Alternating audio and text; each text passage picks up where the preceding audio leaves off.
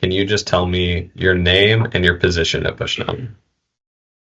All right, so my name is Ruth Vitsemamo Akumbu. I'm an adjunct professor at Bushnell. So, first question, Mhm. what brought you to Bushnell? Um, Adjunct position. So a friend of mine graduated, was, no, a friend of mine was defending, and I attended her defense. And in that process, I met Colleen, who is at Bushnell, and she said, "Hey, come to our to our school. We have lots of opening. If you move to Oregon, we can hire you," or something like that. And I was like, "Yeah, no, it's too cold up there. I'm not moving there." But eventually, as time went by, we continued the conversation, and they had a couple of classes. Or I think she was changing jobs, and there was an opening, so I took her place for the classes that she was teaching, or at least one of the classes that she was teaching. So that's how I ended up at Bushnell. Perfect. Okay, we're doing great. Second question, how would you describe your teaching philosophy? Hmm. My teaching philosophy is deeply rooted in social learning and participatory teaching, or learning theories or teachings, right? So the whole goal is to see my students fully engage in the work that they do in classroom. So it's not just me lecturing and talking their head off. It's more of a partnership between us in the classroom. So these approaches emphasize the importance of context and interaction in the learning process. It draws from my diverse educational background. And maybe you don't know this, I am a Cameroonian native, and I've lived in the United States for over 20 years also. So I have those two backgrounds. I've studied in both countries. So I draw from my background a lot when I teach, or when as a student, I drew from my background a lot, and it helped me a lot as a teacher, as a student, sorry. So now as a teacher, it's I'm looking at how other students might benefit from drawing from their backgrounds or their experiences in order to be better in their classroom. So I believe that effective teaching is grounded in an understanding of the learner's environment and the learner's cultural background. I particularly like Bandora's social learning theory, which highlights the interplay between the individual's environment, their cognitive process, um, their behavior in shaping the ways that they learn. So by recognizing and integrating the unique context of my students, I aim to create a learning environment or a learning experience that are not only informative, but also meaningful and relevant to the personal lives of my students or their communities at large. Very nice, very nice. Okay, next one. How do you integrate faith in learning? So faith as a whole is a significant part of my life. And when we say faith, integrating faith in learning, it is, even as a faith school, it is important to understand that some of the students that come into our school do not generally share the same faith or beliefs as we do. So as I work with students, I always encourage them, this is a Christian school. You are welcome to explore your faith in your papers that you write, in your posts that you write, in the discussions that we have. You are allowed to explore your own faith. So, by me having a faith, it gives me room to be respectful of other people's faiths or religious backgrounds, at the same time, without imposing mine on them, for those who do not have any inclinations or leanings towards faith and religious background. I like that. Why would a student want to study your discipline and what would they walk away with? Okay, so I teach a class in the summer that is global leadership and inclusion. Um, I might be messing it up a little bit, but I teach a summer class, which I'm really, really excited about. It feels like a bubble of everything that I have done in my life. And I am very pro global mindset thinking. So the first thing that I think a student will learn from my class is how to think globally. Like you're not only thinking nationally or domestically, but you're thinking globally. And the global mindset is the ability to view problems, solutions through the lens of um, other people's lenses, actually, and not just your lens. So we students are mostly coming from a corner of the world that is their own. Say if the student is in Los Angeles, California, or in Eugene, and they've never left, or they've left and they've only gone to other states. Um, they have never traveled maybe globally. Excuse me. So once you're in my classroom, you have the potential through your mind to travel globally. So I'm allowing the student to learn skills from the classroom that allow them to have cultural awareness, inclusivity, adaptability, or cross-cultural leadership skills. And all of this supports the students to have a strategic mindset when dealing with people outside their own bubbles or their own communities or their own countries. So the world is changing. In the 21st century, it is absolutely important for every student to have cultural skills, to be adaptable, to be inclusive, and just to be malleable to what is happening in the world around them. And it is very important not to be one-minded, not just focus on your environment, just what you know, what your community knows. It's important to know broadly what's happening in other communities for economic reasons, for environmental reasons, for education reasons. See, a school like Bushnell, student, you have international students. How would these other students interact with these international students? How does Bushnell actually interact with international students, right? So if Bushnell doesn't have a global mindset, they will not interact very well. They will not have a better understanding on how to interact with students. They will not understand what is happening in the world outside of their little world. So my students, when they come into my classroom, the highest thing I can hope for, the highest thing that I hope for is that by the time they walk away, they're able to look at the world from different lenses, not just their lens. That's really good. I love that. What advice do you have for students to make the most out of their time at Bushnell? This question is one that, since I'm not on the campus every day, this is a question that I'm sitting on a little bit, and I'm like, okay, an advice. I would really want to emphasize again the importance of a global mindset, the importance of working with people from different communities, different cultures, different backgrounds, different beliefs from their own. So if you're a student at Bushnell and you know there is an international student, make friends with that international student, learn from that international student. I am considered an international teacher also. So if you're in my classroom, take advantage of that. Learn about the world from me. Learn about the work I have done in other countries. Learn how you can be a better leader outside of the United States, outside of your own community. Learn how leadership works in other places, in other countries, not just how you know it to work in your own country.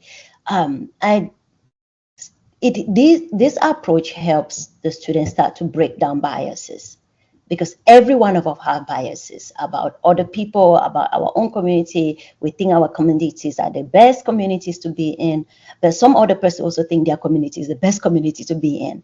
So understanding why one person thinks their community is better than your own, and why you know your community is great, not necessarily better than another person's, or their beliefs, or their way of looking at the world, or their way of thinking.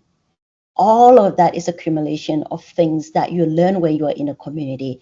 And the college community at Bushnell should give the students at Bushnell a great ground to be able to explore other cultures, other beliefs, other peoples, other things right at the comfort of the school that protects them, that loves them, that cares for them, and wants them to be on the right track. For me, it would be a disappointment if my student or a Bushnell student comes to school, spends 4 years at Bushnell or 3 years at Bushnell, and leaves without having a degree of intercultural connectedness with other students or learning some of the skills from other students. So my main thing will be work towards understanding the world beyond your world. Let's go. Okay. How do you integrate service into your career? I own a nonprofit, or I don't own it because people don't really own nonprofits. I am the founder and CEO of a nonprofit called Plant a Seed, which we're working to eventually change the name. But right now, it's generally Plant a Seed Africa. We've been around for many, many years. The name is just a minor part of it. But Plant a Seed Africa has been around for over 20 years, and I work across not across the US, but across Cameroon. We've done like water wells, computer schools, sports events. Sports event is our biggest one. We're rebranding it to um, offering more STEM related skills to our students. So that's how we're kind of looking. So in all the work that I've done for as long as I can remember, from as long as I was in my early adulthood, has always had a component of service. Everything I've done has always felt like a ministry. So when I'm teaching in the classroom, the priority is how am I serving my students in this process? Whether I am running the nonprofit, the thing is, how am I serving the communities in which I am doing a project in? Right? Like, am I prioritizing their needs, or am I just going in and saying, oh, African village, they don't have this, and then just go plop that in? No. Am I still going in and checking with them to see that that's what they actually need, and what I'm going to do for that community is actually a service? Am I being purposeful in the work that I am doing for the community? Am I being purposeful with the work that I'm doing for my students? Am I making sure that their needs are being met? Am I making sure that what they're learning is going to not only serve them but serve their community? So in that way, I, as a teacher, I'm also serving them by giving them what the tools that they need to serve their community, or in their job places, or in their churches, or wherever they are. So service for me is in everything I do. If if I'm looking at it strategically and looking at it overall across my life, and the way that I have worked and the things that I have done across different fields, even in the entertainment industry, you will think that having worked 17 years in the entertainment industry, that is not a service. It is a service, because there is a certain humility that comes with doing the things that you're told to do, even when you don't agree. Not that they're wrong things, but just that, not when you don't want to, or when you don't want agree with doing certain things, you do it because you're in service of another. Never the wrong thing, never the wrong thing. It could just be a leadership style that doesn't work, but you still serve that leader nonetheless, because your job is to serve that leader and serve the community through that leader. So there are things that I might not always want to do or don't agree with, but if I see that I am serving my community and I'm not in any way hurting anybody, which is part of policy making, make sure you harm no one. Um, then I will use that as part of service. So in a nutshell, what I'm trying to say is that service to me is a ministry, and everything I do is in one way, shape, or form. The goal is to minister and to serve others. Wow, you're crushing it. Okay, last question. How has faith influenced your role at Bushnell? Again, back to knowing that Bushnell is a Christian school, just by coming in there, it helped that I had an understanding of the faith, and knowing that the students that I will be serving are predominantly of the Christian faith. So my role as a teacher boils back to that first question: how do I allow my students to apply their faith in their work? How do I apply my faith in my work? Is through the service. Why do I do what I do? Why do I teach? Why do I show up in class? Why do I have those meetings? Why do I check the grades of the students and double check it? Why do I spend the time chasing after a student that is not doing their work or submitting their work on time? It's because the goal is not just for me to come clock in and clock out. The goal is for me to make sure that I'm actually serving the way that is honorable to Christ, is honorable to my own ethics, is honorable to my entire belief system of serving the environment in which I am in, and of purpose, right? If I'm going to do something, I want to do it with purpose. I want to do it well. I want it to be reputable. I want it to, I want Christ to be proud of the work that I do. Does it reflect the teaching of Jesus? Would Jesus have done what I am doing? How would Jesus have done it in this way? So, without being overly religious or fanatically religious, not saying anything is wrong with that unless somebody's being harmed, it is quite important that I have that lining of faith, which allows me to be an authentic whole person at Bushnell, right? Because I walk in there with my whole self as a Black woman, as an African native, as a U.S. citizen, as a Christian, and as a woman, right? So I come there with my full self every day, and it makes me truly happy that I can work in a place where I can show up as my authentic self every day.